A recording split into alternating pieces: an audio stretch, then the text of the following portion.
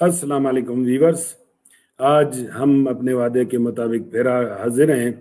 आज हमारे साथ हैं अरशद महमूद सयाल साहब। ये आपको गाइड करेंगे राइस की नई तरीका काश्त के बारे में। जो है ना, ज़मींदार हैं, प्रोग्रेसिव ज़मींदार हैं अपने इलाके के। अरशद साहब से गपशप करेंगे, उनके व्यूज़ आप तक पहुंचाएंगे। लाइव लेते हैं अरशद साहब को। अस्सलाम वालेकुम। वालेकुम अस्सलाम। अरशद भाई, थोड़ा बहुत तो मैंने तारुफ करा दिया है आपका। जो रह गया है आप अपना तारुफ कराएं। तारो तो इतना ही बहुत था, लेकिन चलो मैं इसमें इजाफा कर देता हूँ। मेरा नाम अरशद महमूद खान सियाल है। मेरी रिहाइश डिस्ट्रिक्ट खानेवाल की तहसील कबीरवाला में है। और मेरा जो शोबा है वो जिम्मेदारा है। इसमें नए तरीके से काश्तकारी करना जो है ये मेरा शौक है। और इसी तरह से हम इसकी जो धान की काश्त है वो डायरेक्ट सीडिंग के साथ करते हैं, और मुझे तकरीबन 5 साल का तजर्बा हो गया है डायरेक्ट सीडिंग करते हुए। इसके अलावा जो मेरा शोबा है वो मैं सहाफत से भी दिलचस्पी रखता हूँ, सियासत में भी दिलचस्पी रखता हूँ, और इस तरह की बहुत सारी हॉबीज है मेरी। सही, चलें, बड़ी जबरदस्त। जितना बंदा ज्यादा एक्टिव रहेगा जिंदगी में, इतना ही उसकी शमूलियत रहेगी। तो अब आपसे धान के बारे में पूछेंगे। ये जो आप कह रहे हैं कि डायरेक्ट सीडिंग से आप काश्त करते हैं, हमारे व्यूवर्स को बताएं कि ये तरीकाकार क्या होगा। इसमें यील्ड या जो है ना, जो फसल आती है उसमें फर्क तो नहीं पड़ता? उतनी ही फसल मिलती है जितना लोग वो उसको रोम्बी बोलते हैं, हमारे इलाके में रोम्बी से करते हैं। तो आप अपना गाइड करें लोगों को शुरू से आखिर तक। जी बिल्कुल, इसमें जो यील्ड है वो आपको उतनी ही मिलती है जितनी आप पनीरी शिफ्टिंग के जरिए लेते हैं। उसमें फर्क नहीं आता। अलबत्ता बाज़ औक़ात तो ये होता है कि 2 से 4 मन इसकी जो है यील्ड ज्यादा आती है उससे, पनीरी से। माशाल्लाह, जबरदस्त। तो इसका फिर हमें तरीका काश्त भी बताएं व्यूवर्स को कि क्या स्टेप्स होंगे, क्या करना होगा, क्या तरीका होगा। जिसके लिए जो सबसे अहम बात होती है वो होता है जमीन का लेवल होना। जमीन अगर कहीं से भी नाहमवार हो, जहाँ पे पानी ज्यादा देर खड़ा रहे, खुश्क ना हो, तो उसमें डायरेक्ट सीडिंग जो है ये प्रॉब्लम पैदा करती है। बीज के गलने के जो चांस ज्यादा होते हैं और जो उगाव होता है बीज का वो कम होता जाता है। इसके लिए जो सबसे पहला मरहला होता है वो यही होता है कि आपकी जमीन बिल्कुल हमवार हो। उसके लिए सबसे बेहतरीन तरीका है आजकल जो लैंड लेजर लेवलिंग है, उसके साथ आप जो अपने खेत हैं उसको लेवल करवाएं। अगर खेत लेवल नहीं होंगे तो डायरेक्ट सीडिंग कामयाब नहीं है। ठीक है, सही, लेवल हो गया। उसके बाद क्या करना होगा? उसके बाद जी जमीन के इंतखाब का मरहला आता है कि आपने जमीन ऐसी इंतखाब करना है कि जिसमें पानी जो है, पहला पानी जो आप लगाएंगे जिसमें आपने डायरेक्ट सीडिंग करनी है, वो कम से कम जो टाइम है वो 24 घंटे, और ज्यादा से ज्यादा टाइम जो है वो 36 घंटे है। यानी कि 24 आवर से 36 आवर के दरमियान उसमें से पानी को जज़ब कर लेना चाहिए। ऐसी जमीन का आपने इंतखाब करना है। अगर आप ऐसी जमीन का इंतखाब कर सकते हैं जिसमें पानी 3 दिन 4 दिन तक खड़ा रहता है और वो खुश्क नहीं होता, तो उसमें भी डायरेक्ट सीडिंग नहीं हो सकती। और ऐसी जमीन का आप इंतखाब कर लेते हैं कि आप पानी लगाते हैं और 10 से 12 घंटे के बाद पानी सूख जाता है, तो उसमें भी डायरेक्ट सीडिंग नहीं हो सकती। इसलिए इसका मरहला जो है ये पानी का बहुत इंपॉर्टेंट है। आपने ऐसी जमीन का इंतखाब करना है जिसमें 24 घंटे से लेकर 36 घंटे के दरमियान पानी खुश्क हो। ठीक है, मतलब ये है कि रेतीली भी ना हो, लेकिन ये है कि इतनी भी वो किले वाली ना हो कि उसमें पानी खड़ा रहे। मतलब दरमियान की मेरा जमीनें, मेरा भी शायद जल्दी पानी पी जाए। मतलब ये है कि इतना हो कि 35 से 36 घंटे पानी खड़ा रहे। ठीक है, ये जी हो गया जमीन की सिलेक्शन। बिल्कुल, 24 घंटे से कम भी पानी जो है वो गांव में प्रॉब्लम पैदा करता है। अगर 36 घंटे से ज्यादा हो, मतलब 40 घंटे तक तो एवरेज वो निकाल जाता है, ऐसा कोई मसला नहीं बनता। 36 से 2 4 घंटे ऊपर भी हो जाए, 40 घंटे हो जाए तो कोई इशू नहीं है। लेकिन इससे ज्यादा पानी खड़ा होना, जैसे 50 घंटा, 60 घंटा या 70 घंटा, तो वो फिर बीज के गलने के चांस बन जाते हैं। अच्छा ठीक है। चलें, ये तो अब हो गया, जमीन भी बंदे ने सिलेक्ट कर ली जो आपकी रिक्वायरमेंट के मुताबिक है। फिर उसके ये बाद तरीका कार क्या होगा, मतलब किस तरह वो काश्त कैसे करेगा, वो तरीका बताएं। कि छटा करेगा, ड्रिल से करेगा, बीज कैसे, जमीन में कैसे ट्रांसप्लांट करना है? हाँ, इसमें ड्रिल काश्त भी होती है। तो मेरा जो तजर्बा है और जिस तरीके से मैं काश्त कर रहा हूँ वो है छठा काश्त। उसका तरीका ये है कि ड्रिल में अक्सर प्रॉब्लम आते हैं कि ड्रिल का बीज या तो बहुत गहराई में चला जाता है या बिल्कुल ऊपर रह जाता है। फिर उसके ऊपर पानी लगाना होता है, मट्टी से दब जाता है, उसमें काफी प्रॉब्लम आ सकते हैं। तो हम जो काश्त करते हैं, हम छठा काश्त करते हैं। जमीन हम जब तैयार कर लेते हैं, उसको लेजर लैंड लेवलिंग हो जाती है, तो बिजाई से पहले एक दिन या उसी दिन सेम डे हल्का हल बमा सुहागा, हल्का सा हल तकरीबन 2 इंच 3 इंच गहराई में लगाना होता है, ज्यादा गहरा हल नहीं लगाना होता जब बिजाई करनी है। तो हल्का सा हल लगा के बमा सुहागा, ताकि उसमें जो पीछे डेले वगैरह ना बने, मिट्टी बराबर होती जाए, हमवार होती जाए। हमवार करने के बाद आपने खेत को पानी लगा देना है। पानी आपने इस हिसाब से लगाना है जैसे मैंने पहले आपको बताया है कि 24 से 36 घंटे, एंड जो है वो 40 घंटे है। 40 घंटे के अंदर अंदर खेत में पानी खुश्क हो जाए।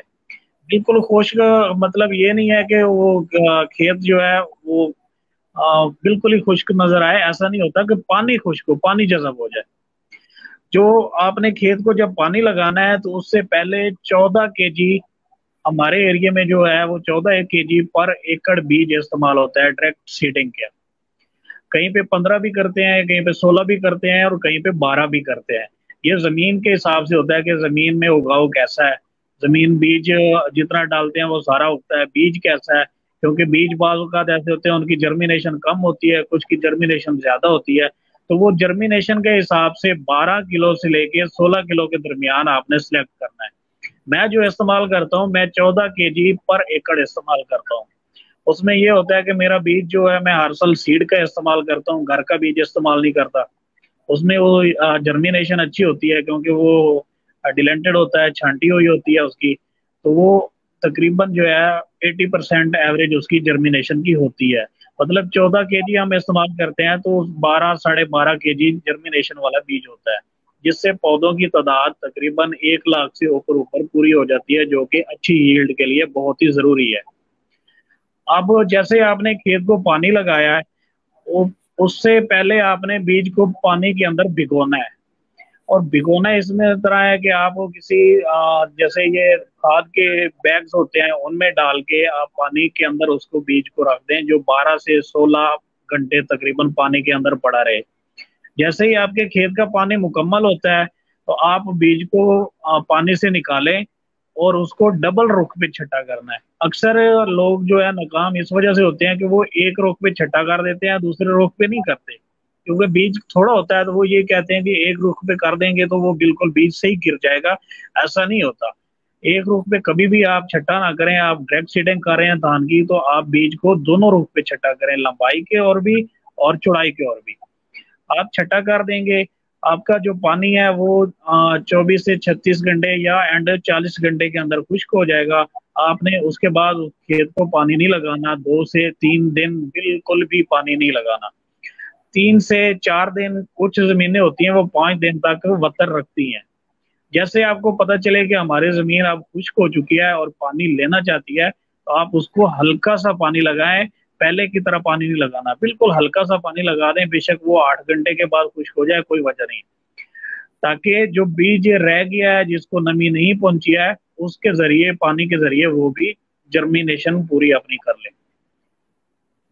ठीक है, जबरदस्त।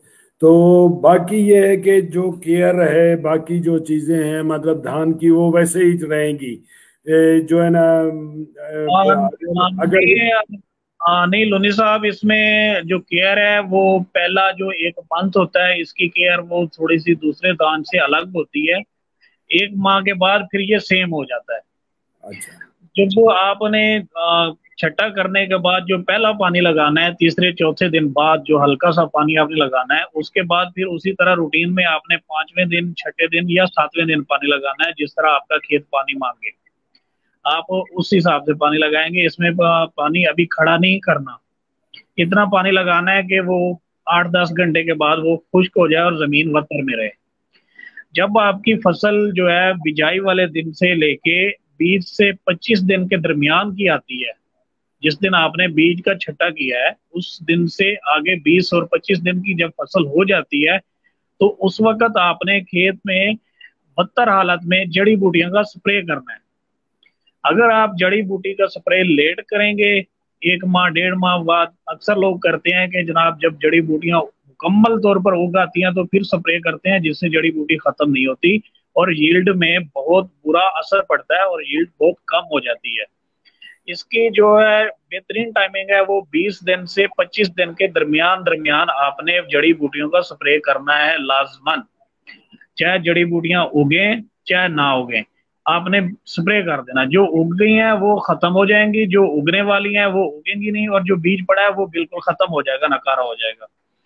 और जैसे ही आपने स्प्रे किया है फिर उसके बाद 2 दिन आपने खेत को पानी नहीं देना, वो ताकि जो आपने स्प्रे किया जो जहर है वो अपना असर जड़ी बूटियों पे कर सके।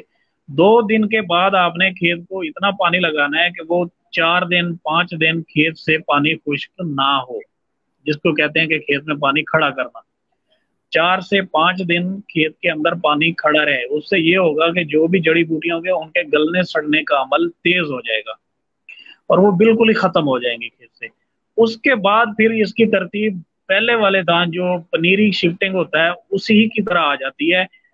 उसके बाद आपने उसी हिसाब से इसको खाद देनी है, उसी हिसाब से आपने इसको पानी लगाना है। अलबत्ता इसका पानी उससे उसके पानी से तकरीबन 20% कम है।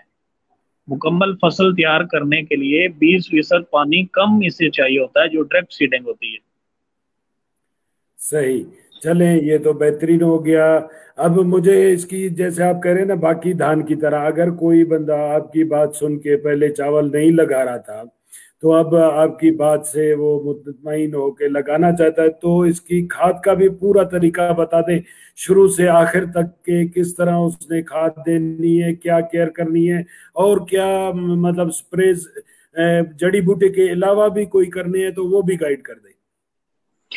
अब बाकी तो ये जिस तरह सेम फसल धान की होती है उसके बाद जड़ी बूटी को स्प्रे के बाद तो ये सेम ही हो जाती है, सिर्फ इसमें ये बचत है कि पानी कम होता है और जो मेहनत मजदूरी के अखराजात होते हैं वो बच जाते हैं, जिससे खाद के अखराजात पूरे किए जा सकते हैं।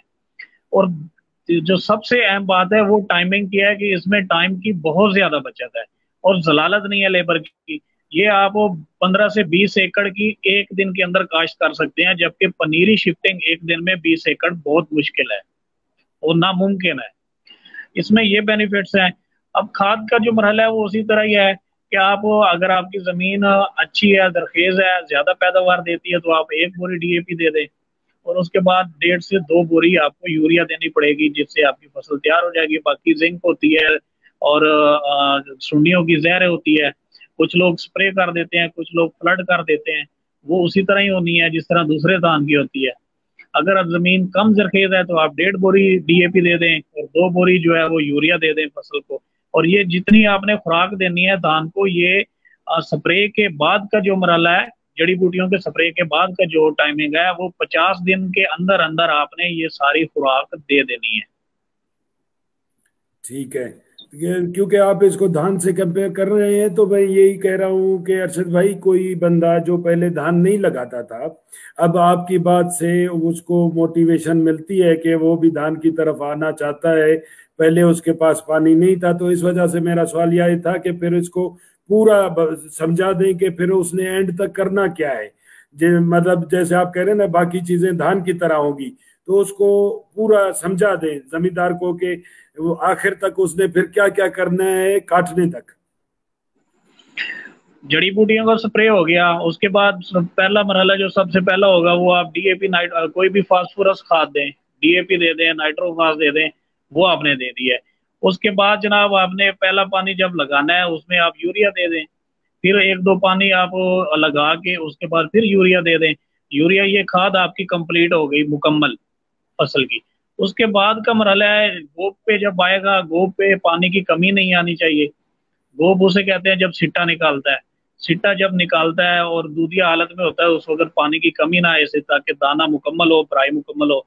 इसका जो ख्याल रखना है वो तने की सुंडी है, जिसमें वो तने को काट देती है और जो सिट्टे हैं वो बिल्कुल खुश्क हो जाते हैं, सफेद हो जाते हैं, जिसमें दाना नहीं बन पाता, जिससे फसल का नुकसान होता है। उस सुंडी का ख्याल रखना है। तो ये है पेस्टिसाइड है, इसकी जो है वो आप इस्तेमाल करें, जरिए जहरें इस्तेमाल करें, लैम्डा है वो इस्तेमाल कर लें आप, कराटे स्प्रे होता है वो आप इस्तेमाल कर लें, तो उससे वो मसला हल हो जाता है। एक पत्ता लपेट बीमारी होती है, उसका भी यही है कि अगर पत्ता डैमेज हो जाएगा तो वो जो है सिट्टा मुकम्मल नहीं निकलेगा, अगर निकलेगा भी तो उसके दाने जो है वो खाली रह जाएंगे। उसका है आप ख्याल करें। आपको अगर नहीं पता, जो नए काश्तकार हैं उनको नहीं पता, तो वो बिल्कुल अपने इलाके के किसी जिम्मेदार से पूछ लें जो पहले काश्त कर रहा है, या जो ज़राई माहिर होते हैं उनसे मशवरा कर लें कि जो वो पेस्ट कॉटिंग करें उनके फील्ड की, और उनको वो बता देंगे कि जी आपके खेत को ये प्रॉब्लम आई है या रस्ट का हमला है, तो वो बता देंगे। उसके हिसाब से जो ज़राई जहरें होती हैं अपने इलाके के हिसाब से वो स्प्रे कर दें, तो ये मसला उनका हल हो जाएगा। सही, ठीक है।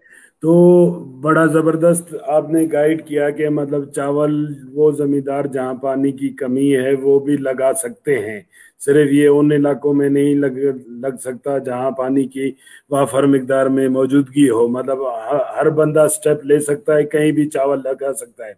इसके अलावा अगर कोई बात रह गई हो अरशद भाई, कि कोई चीज मैंने मुझे पूछना भूल गई हो, क्योंकि मैं धान का जमींदार नहीं हूँ, तो मुझे धान के बारे में इतना एक्सपीरियंस नहीं है। आप गाइड कर दें अगर जमींदार के लिए कोई और चीज रह गई हो तो।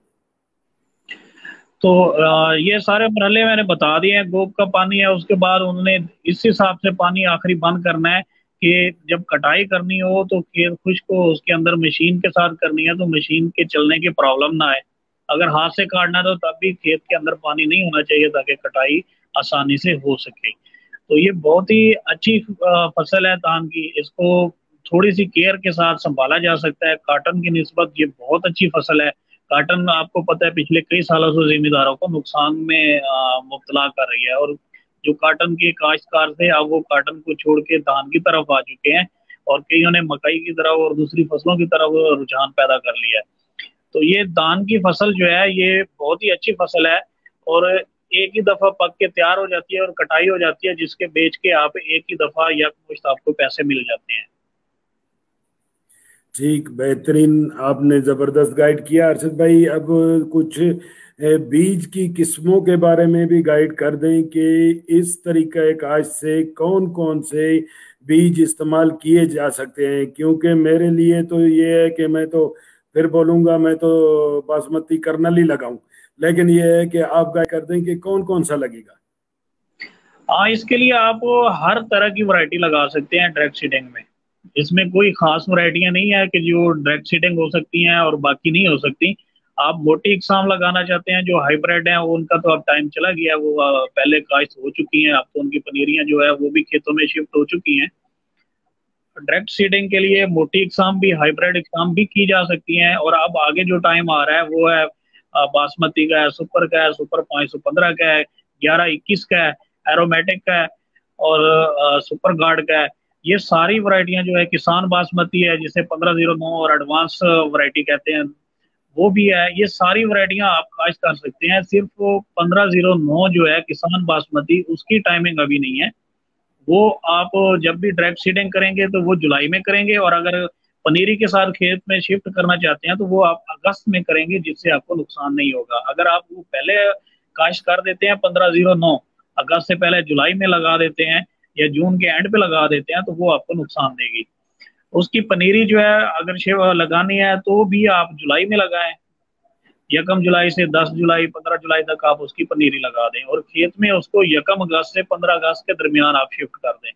अगर उसके अलावा आप 515 किसान बासमती के अलावा लगाना चाह रहे हैं, या सुपर की कोई वैरायटी लगाना चाह रहे हैं, या कायनात की कोई वैरायटी लगाना चाह रहे हैं, तो वो आप 20 जून तक पनीरी जो है वो काश्त कर दें। और अगर आपने डायरेक्ट सीडिंग करनी है तो वो भी 20 जून तक डायरेक्ट सीडिंग कर दें, लेकिन जो है 10 जून से पहले आपने नहीं करनी। ठीक है, मतलब ये है कि 20 जून तक, ठीक है। तो ये तो हो गई किस्में भी हमने। वैसे कौन सी वैरायटी ज्यादा बचत, कौन सी वैरायटी देती है, मतलब जो आपके तजुर्बे के मुताबिक, जिसमें ज्यादा यील्ड मिले, जिसमें पैदावार ज्यादा हो, और कीमतन भी अगर कंपेयर करें, वो आप थोड़ा गाइड कर दें जमींदार को। कीमतन आप कीमतन की बात करें तो वो सुपर 515 है, सुपर है, उसकी कीमत ज्यादा होती है सबसे। लेकिन उसमें ये होता है कि थोड़ी यील्ड कम आती है, अक्सर लोग इस वजह से उसको छोड़ गए हैं। लेकिन पिछले साल भी मैंने अपने खेत में जो है ना 515 की काश्त की थी, और मेरी 45 मन पर एकड़ आई थी डायरेक्ट सीडिंग। 515 की बात कर रहा हूँ। जो किसान बासमती है वो पिछले साल को छोड़ के उसे पीछे जाए तो उसने बहुत ज्यादा एवरेज दी है, तकरीबन 60 मन पर एकड़ तक वो गई है। सिर्फ पिछला साल था क्योंकि लोगों ने बहुत जल्दी लगा दी और गर्मी ज्यादा पड़ी, जिसकी वजह से वो फसल खराब हुई और लोगों को 18 से 30 मन के दरमियान एवरेज मिली उसकी। लेकिन अगर वो इसको अगस्त में लगाते हैं तो किसान बासमती भी बहुत अच्छी वैरायटी है, जो कम टाइम में तैयार होती है, और वो भी यील्ड 50 प्लस देती है। अगर आप जो रजिस्टर्ड वैरायटियां और पुरानी वैरायटियां उसके हिसाब से जानना चाहते हैं तो फिर कायनात है, 1121 है, आप वो लगा लें, और वो भी 50 प्लस एवरेज देती है। अगर आप तो उसको अच्छे तरीके से संभाल लेते हैं और उसका जो खाद का प्लान है वो पूरा कर लेते हैं, और उसकी पेस्टिसाइड जो है वो पूरी करते हैं, और बीमारियों का आप तदारक करते हैं टाइम पे, तो वो 50 से 60 मन पर एकड़ आपको एवरेज दे सकती है। ठीक। तो जर्नली किसान को इतना भी गाइड कर दें कि मतलब पूरे खर्चे करने के बाद 1 एकड़ कितना बचा के देगा, अगर ठीक एवरेज फसल हो जाए तो कितनी बचत आ जाती है इस तरीका काज से, पैसों में बता दें ताकि जमींदार को थोड़ा। ये डिपेंड करता है रेट पे, कि फसल का रेट क्या लगेगा। अगर आपका रेट 2000 से ऊपर लगता है, धान के पर चावल का रेट जो है 2000 रुपये पर मन लगता है, तो 50 मन अगर आपकी एवरेज आती है तो 1 लाख रुपए आपको अर्निंग होगी। उसमें आपके अगर जमीन अपनी है तो उसका 20 से 25 हजार रुपये आपका एक्सपेंसेस है ठीक डायरेक्ट है। सीडिंग में। अगर शिफ्टिंग कराते हैं तो वो 30 हजार 32 हजार तक रुपए आपके एक्सपेंसेस बन जाएंगे। अगर डायरेक्ट सीडिंग करेंगे तो 25 हजार है, तो वो 75,000 रुपीज आपको बचत होगी अगर जमीन आपकी अपनी है। अगर वो ठेके पे है, रेंट पे है, तो साफ ज़ाहिर है कहीं पे क्योंकि 6 माह की हमने निकालना है, क्योंकि तो ये फसल 6 माह की होती है ना, तो 6 माह का रेंट कहीं पे 20 हजार है, कहीं पे 22 है, कहीं पे 25 है, तो हम 25 हजार ही अगर वो निकालें और 25 हजार ही एक्सपेंसिव निकालें तो 50 हजार रुपये पर एकड़ आपको इसकी बचत हो सकती है। ठीक है, जबरदस्त। तो 50 हजार तक, और टाइमिंग टोटल पीरियड इसका कितना अरसा खड़ी रहती है ये फसल फील्ड में? ये जो किसान बासमती है इसकी जो टाइमिंग है वो 100 से 110 दिन है, और जो बाकी हैं वो तकरीबन 120 125 130 दिन के अंदर अंदर वो भी तैयार हो जाती है। ठीक है, मतलब ये है कि तकरीबन जो है ना, आप समझ लें 4 महीने के अंदर अंदर आप पूरी फसल उठा लेंगे। जी, अगर किसान बासमती आप काश्त करते हैं तो 4 महीने से पहले पहले वो तैयार हो जाएगी, और अगर क्या दूसरी वैरायटियां आप काश्त करते हैं तो वो तकरीबन 4.25 महीने लेती हैं, वो भी तैयार हो जाती हैं। अरशद साहब, बहुत मेहरबानी, आपने अपने कीमती वक्त से टाइम निकाला हमारे लिए, हमारे चैनल के लिए। हम आपको अल्लाह हाफिज कहते हैं। जी, अल्लाह हाफिज, बहुत शुक्रिया, आपने मुझे मौका दिया। आपका भी बहुत शुक्रिया, आपका भी मैं ममनून।